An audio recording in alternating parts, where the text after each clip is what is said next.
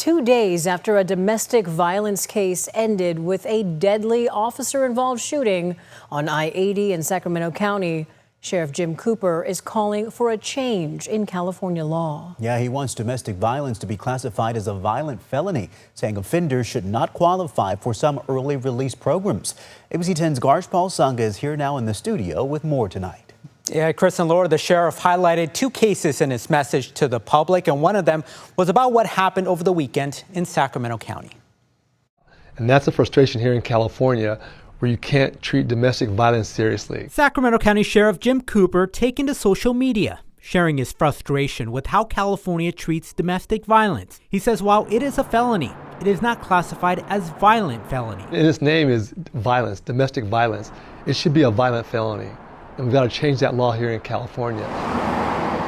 One case Cooper pointed to happened in Rancho Cordova, where a suspect violently beat his wife for 3 days, pistol whipped her. Investigators say the woman was strangled by her ex-husband at a home on Zinfandel Drive. Sergeant Edward Igo says deputies later found the suspect, leading to a pursuit that ended with a deadly officer-involved shooting on eastbound Interstate 80 near Antelope Road. And the fact that she was able to have the wherewithal to play dead, to be able to escape, really shows how strong she is.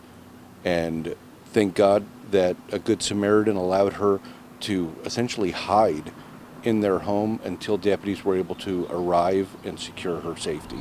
Officials identified the suspect, who died, as 38-year-old William Cruiser.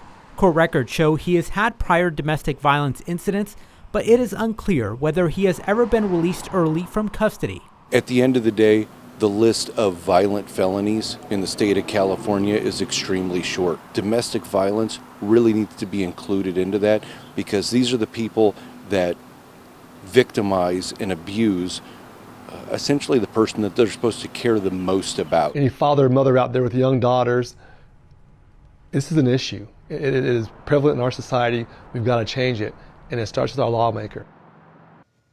And the officer-involved shooting remains under investigation by the CHP, while the sheriff's office is conducting its separate investigations into both the shooting and the domestic violence case.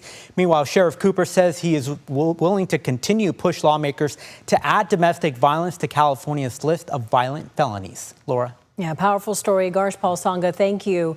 If you or someone you know is struggling with domestic violence, the National Domestic Violence Hotline is taking calls.